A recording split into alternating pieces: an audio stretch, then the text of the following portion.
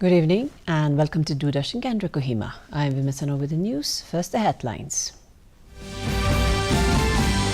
Prime Minister Narendra Modi arrives in China to attend Shanghai Cooperation Organization Summit.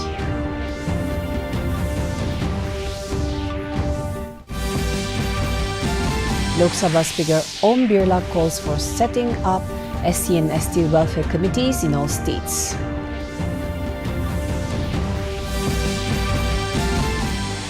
Nagaland Medical Students Association stages peaceful agitation against regularization of contractual post. And Union Minister Piyush Goyal hails GDP growth numbers of 7.8% in first quarter.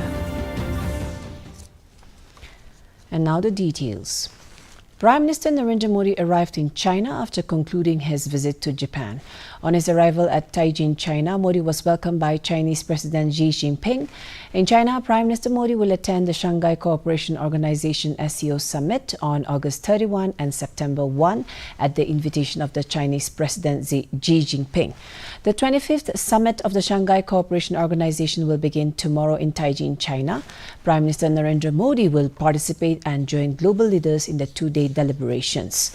The summit will review 25 years of the organization's achievements and also adopt a 10-year development strategy. China is hosting the SCO Summit for the fifth time, with President Xi Jinping chairing the proceedings. More than 20 heads of the state and 10 leaders of the international organizations are expected to attend.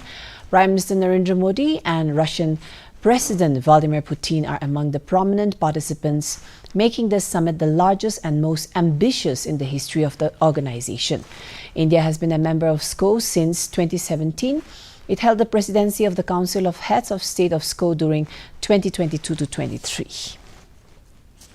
The Prime Minister in his departure statement did mention that he will also be having bilateral meetings with Chinese President Xi Jinping, the host of the SCO Summit, Russian President Vladimir Putin and other leaders as well. Some reports suggest that Prime Minister will be meeting the Iranian president there as well. And besides that, a lot of focus on SCO because this is a multilateral grouping and it has 10 members, it has several observers as well as dialogue partners. So in all, more than 20 world leaders are congregating there in Tianjin, China for the 25th SCO Summit. There are heads of 10 international bodies as well who will be participating in the summit. It is in a sense a two-day summit because it starts with a welcome banquet dinner for the leaders on a Sunday evening, and the main summit would take place on Monday. Right, just to put this visit into context for our viewers who might be tuning in from India and around. Lok Sabha Speaker Om Birla has called for setting up committees of state legislatures on the welfare of the scheduled castes and scheduled tribes in all the states and union territories. Speaking at the valedictory session of the two-day National Conference of Chairpersons of the Committee of Parliament and State Legislatures on the welfare of the scheduled castes and scheduled tribes at Bhubaneswar today, Birla said the Parliament Committee must recommend for such committees in the states. He said during the two-day meeting, the Parliament Committee has decided to ensure benefits of different schemes of the centre and states are made available at the grassroots level and proper expenditure of budgetary provisions for these classes of the society. Birla also said a roadmap is being prepared to bring a society of equality so that the dreams of Baba Sahib B.R. Ambedkar can be realized by the year 2047. The two-day conference is being attended by Deputy Chairperson of Rajya Sabha Harivansh Narayan Singh, Chairman of the Committee Dr. Fagan Singh Kulaste, and members of the Parliamentary Committee on Scheduled Castes and Scheduled Tribes Welfare. More than 120 delegates from across the country, including chairmen and members of such committees from different states, attended the conference. The Nagaland Medical Students Association NMSA, along with hundreds of medical and allied health aspirants, staged a peaceful protest at the Department of Health and Family Welfare in Kohima today. The agitation was triggered by the state's government's notification to regularize 280 contractual posts through a departmental screening committee. NMSA said the move violates recruitment norms and undermines the principle of equal opportunity. Carrying placards that read "Merit over manipulation, no to backdoor regularization and equal exam, equal respect, the protesters demanded that all appointments be routed through the Nagaland Public Service Commission (NPSE) to uphold merit and transparency. Addressing the media, NMSA President Pito S. Rochil and General Secretary Bonoto P. Jimo argued that bypassing open recruitment threatens both credibility and the future of the public healthcare services in Nagaland. The association, however, acknowledged that doctors and nurses has been recruited on a temporary basis during the COVID-19 pandemic and that the government had promised regularization as recognition of their service. Still, NMSA insisted that such exceptional relaxations should not replace competitive examination for future posts. Meanwhile, government sources defended the move as a compassionate step to honor frontline workers and to tackle manpower shortages in the health sector, stressing that uninterrupted healthcare delivery remains a priority. Can we allow that? This is what is eating away our society today. Backdoor appointments, corruption. So I think we as a people, we have to change. We have had enough. Like, we are tired as well. We should not be here protesting on the streets. We should be in our colleges, in our schools, in our departments, working hard, and then giving services to our people. But that is not possible today. India's real gross domestic product (GDP) is estimated to grow by 7.8% in April to June quarter of financial year 2025-26 at a 5-quarter high. In the 4th quarter of the last financial year, the GDP had grown by 7.4%, whereas the same stood at 6.5% in the 1st quarter of previous fiscal year. According to the quarterly estimates of GDP for 1st quarter of current fiscal released by the Ministry of Statistics and Program Implementation, nominal GDP has witnessed a growth rate of 8.8% during the same period. Hailing the GDP growth, Union Minister for Commerce and Industry Piyush Goyal said, India is a global growth engine fueled by reforms and resilience. Based on use-based classification, top 3 positive contributors to the growth of IIP are infrastructure, construction goods, intermediate goods and consumer durables.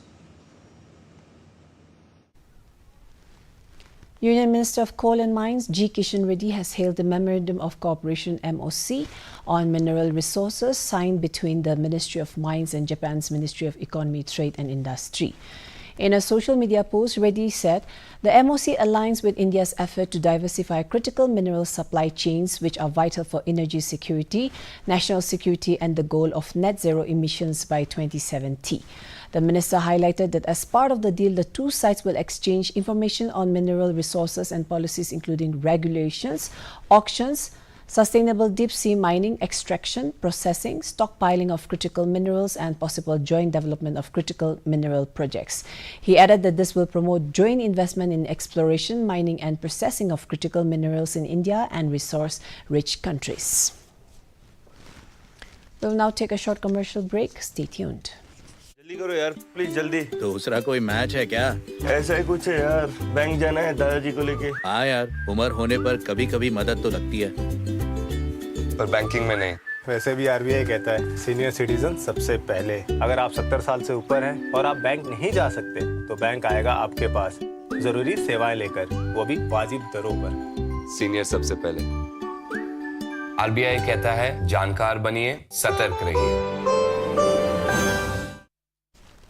Welcome back. Ministry of Housing and Urban Affairs convened high-level virtual meeting with all states and union territories on Swachh Bharat Mission Urban 2.0 under the chairmanship of Union Minister Manohar Lal. The meeting prioritized visible cleanliness in urban India and E-double-pronged approach of identification and transformation of cleanliness target units, CTUs, highlighting a critical role of CTUs as engines of change for urban development and policy implementation. The Union Minister emphasized that cleanliness and urban development go hand in hand. The ministry has drafted a framework for time-bound clearance of these urban lands that focuses on regular reviews and aggressive monitoring by state citizens, mobilization and interface for mapping CTUs via Swachhata app, fast-tracking and time-bound clearance of these map sites. Moving on. Union Minister of Electronics and Information Technology Ashwini Vaishnaw inaugurated the country's first tempered glass manufacturing plant in UP's Noida today. This plan is a significant step towards promoting electronics manufacturing in India and strengthening the Make in India initiative. Vaishnaw said that India has made remarkable progress in electronics manufacturing over the years. He said that an electronic manufacturing ecosystem is taking shape in the country. The Minister further said that electronics production in India has increased nearly six-fold, and now components for mobiles, laptops and other devices are manufactured in the country itself. यहाँ पे manufacture होने से करीब 2.5 crore tempered glass हर साल के भारत में बनने लगेंगे।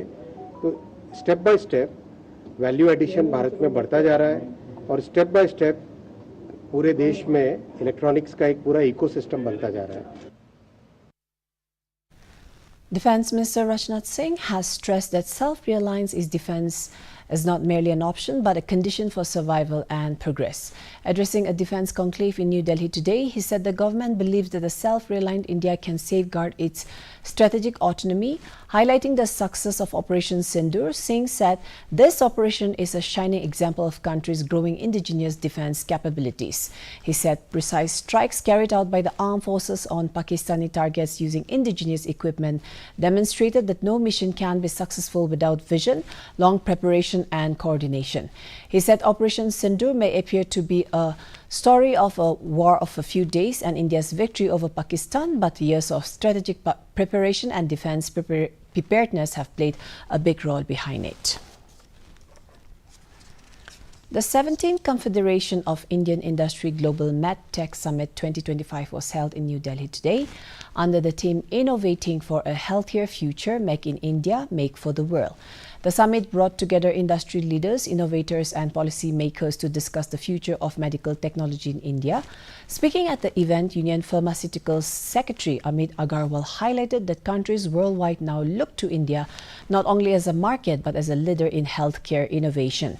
He urged innovators, entrepreneurs and investors to collaborate with the government to realize the vision of Viksit Bharat 2047.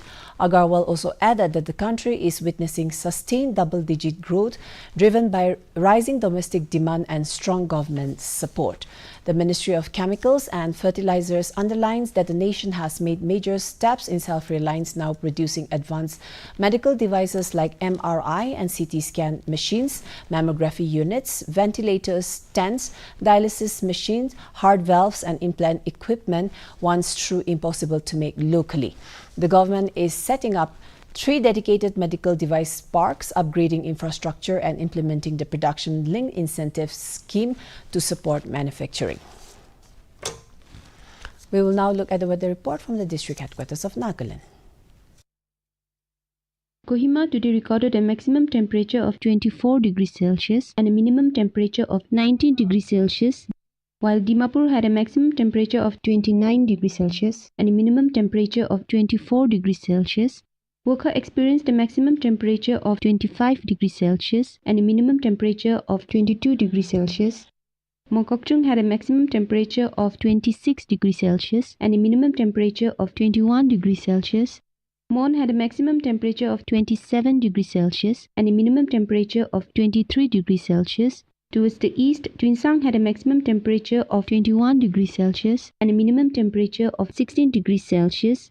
Zinabuto had a maximum temperature of 23 degrees Celsius and a minimum temperature of 18 degrees Celsius. Phek had a maximum temperature of 20 degrees Celsius and a minimum temperature of 17 degrees Celsius. That's all for the weather report. And before we close, a recap of the main points. Prime Minister Narendra Modi arrives in China to attend Shanghai Cooperation Organization Summit.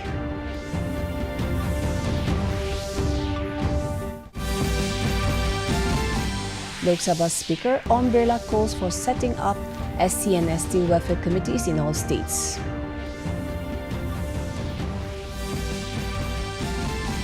Nagaland Medical Students Association stages peaceful agitation against regularization of contractual posts. And Union Minister Piyush Goyal hails GDP growth numbers of 7.8% in first quarter.